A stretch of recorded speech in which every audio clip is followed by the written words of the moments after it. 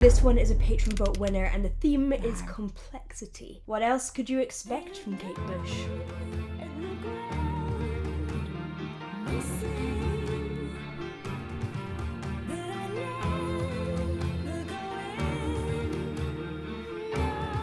I could break down every single note of this.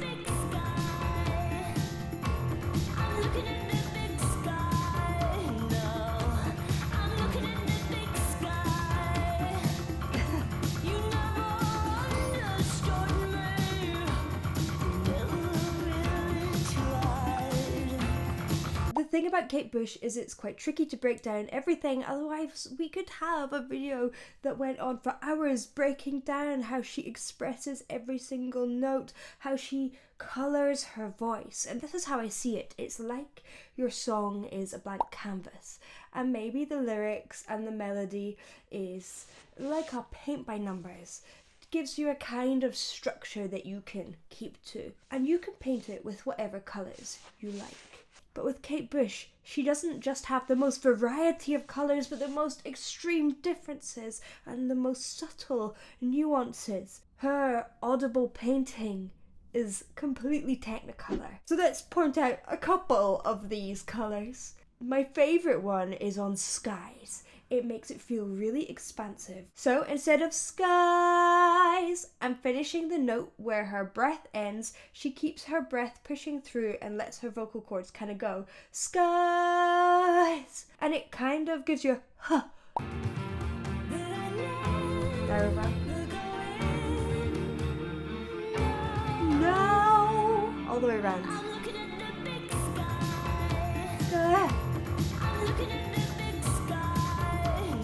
I don't know.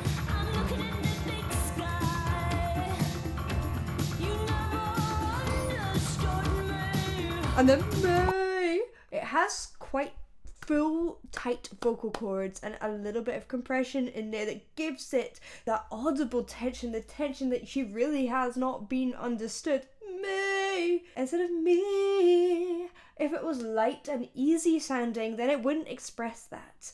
I love these tribal drums underneath, how they're building. It's I was gonna say it's simple. It's starting as simple as you're gonna get, so that you have a little bit more spaciousness for you to cling on to those lyrics and really understand what's going on.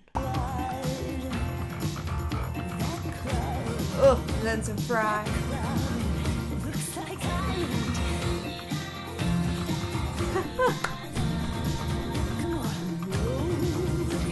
I love the backing vocals.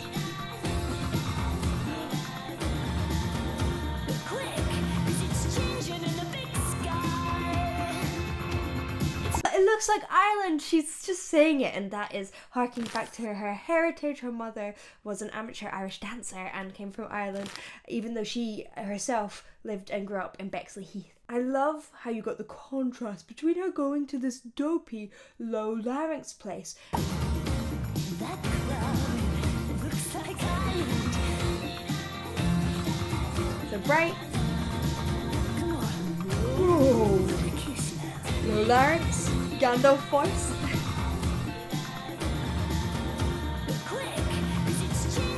Bright again, like backing vocals. Big skies, white.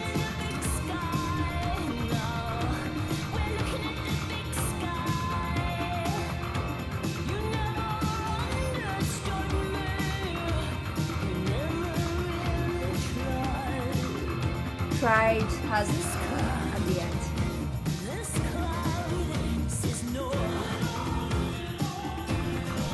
Like, listen to the backing vocals. That switched. She's now gone to the low larynx, more of a head voice sound. With the backing vocals. I haven't ever heard that actually anywhere with backing vocals. Normally you have a singer who will be your backing vocalist, or you have consistency so it supports the lead vocal, but she's using the different colours of her voice like different instruments, and this makes it complex, interesting, unexpected, and exciting. It's so creative. I love the... I think it's a guitar. Ooh. Love that.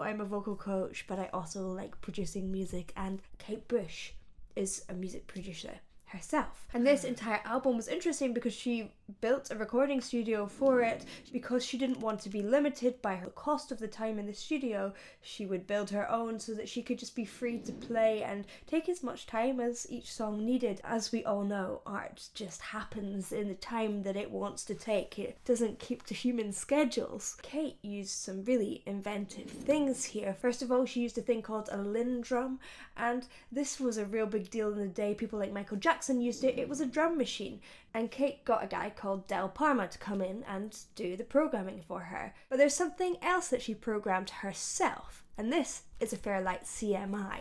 This is one of the early sampling machines. Now, if you haven't heard of sampling, or you might have heard of it because it's quite controversial, is when you take a sound or a melody or a little piece of another recording and intertwine it with your piece of music. What I find really interesting about the Fairlight CMI is that it's this company that are credited for even coining the term sampling. So Kate was, of course, one of the early adopters.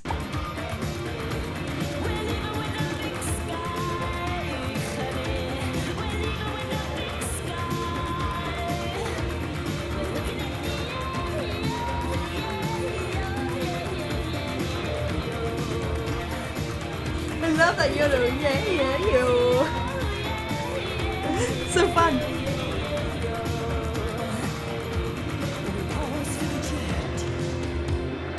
Ooh, it's so theatrical. So actually, like, that jet sound could have been sampled, or perhaps the shaky tambourine that sounds acoustic there, because you've got this mix of acoustic and electronic and synthesized instruments on this, which was really, really new for the time.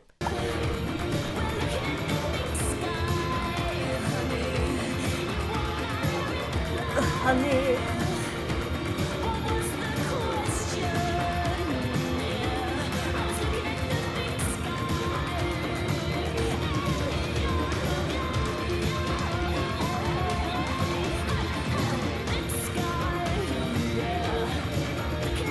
Let's play around with those yodels. That's a really fun thing. Yodeling is a form of singing that is associated with alpine regions for singing to your cows, and it travels across the mountains so that the cows or your sheep can hear you and they come running back. Technically what it is rooting down in your chest voice and flicking it up to your head voice, so you create more of a contrast between those two registers rather than going into mix and smoothing it over like she's doing in much of the rest of her range. And she's doing it in this kind of carefree, expressive way. What I'm really loving about this is that she is just making bizarre, wonderful, exciting noises, and that, for most of us, is terrifying. But luckily, and this is what I love about teaching singing, singing enhances neuroplasticity. That means while singing, it makes it easier for you to learn skills. Singing itself, but that could be emotional skills like standing in front of an audience and singing and making silly noises and not really minding. That's a skill in itself that you can learn, and singing can help you get there.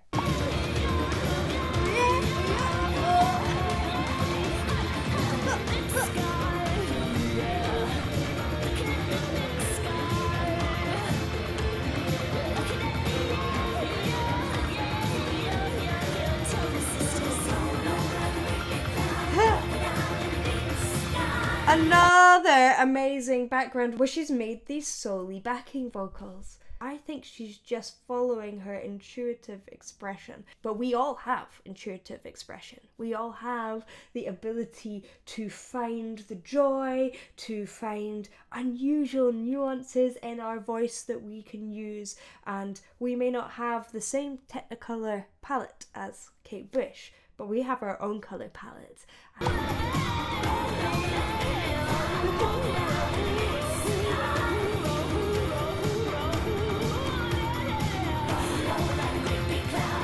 Makes you want to dance, right? Oh, the guitar! Woo!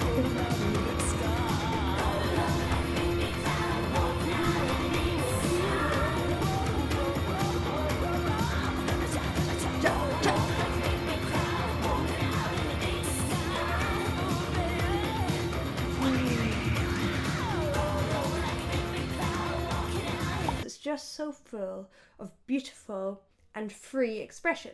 What is also interesting is that Kate Bush is a self-confessed perfectionist. Yet, she still understands the emotional journey that she is taking, and the perfection comes in finding the best possible way to express that emotional journey. But it isn't about her. It isn't about, I need to be perfect in the eyes of everyone else. And it's such a fine balance between digging into those details in a meaningful way, but not getting so stuck that it becomes boring and perfect and bland.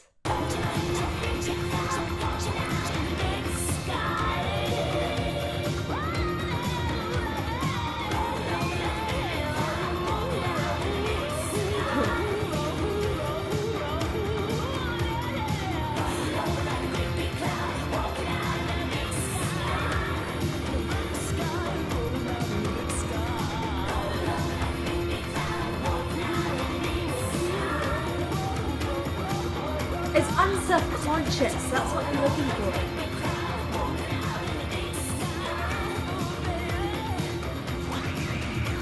I love that! Wow, let's listen to that cat noise. Ow! Ow! It's so high! Wow, I don't think I can do that. It's like a fry metal scream with maybe even some whistle in there. Wow!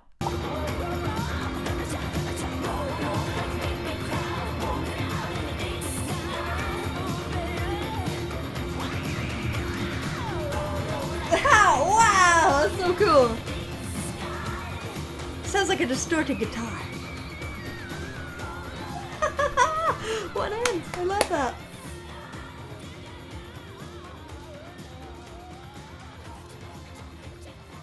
Although this song is complex and nuanced, it is all about personal expression and allowing that personal expression, and that can be really, really tricky and really, really scary. And everyone needs something a little bit different, whether it's a coach that is supportive or some time alone to experiment. What do you need?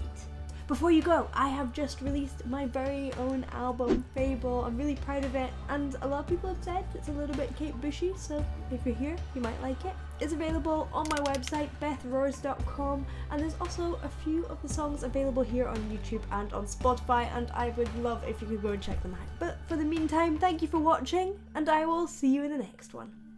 Bye. Bye.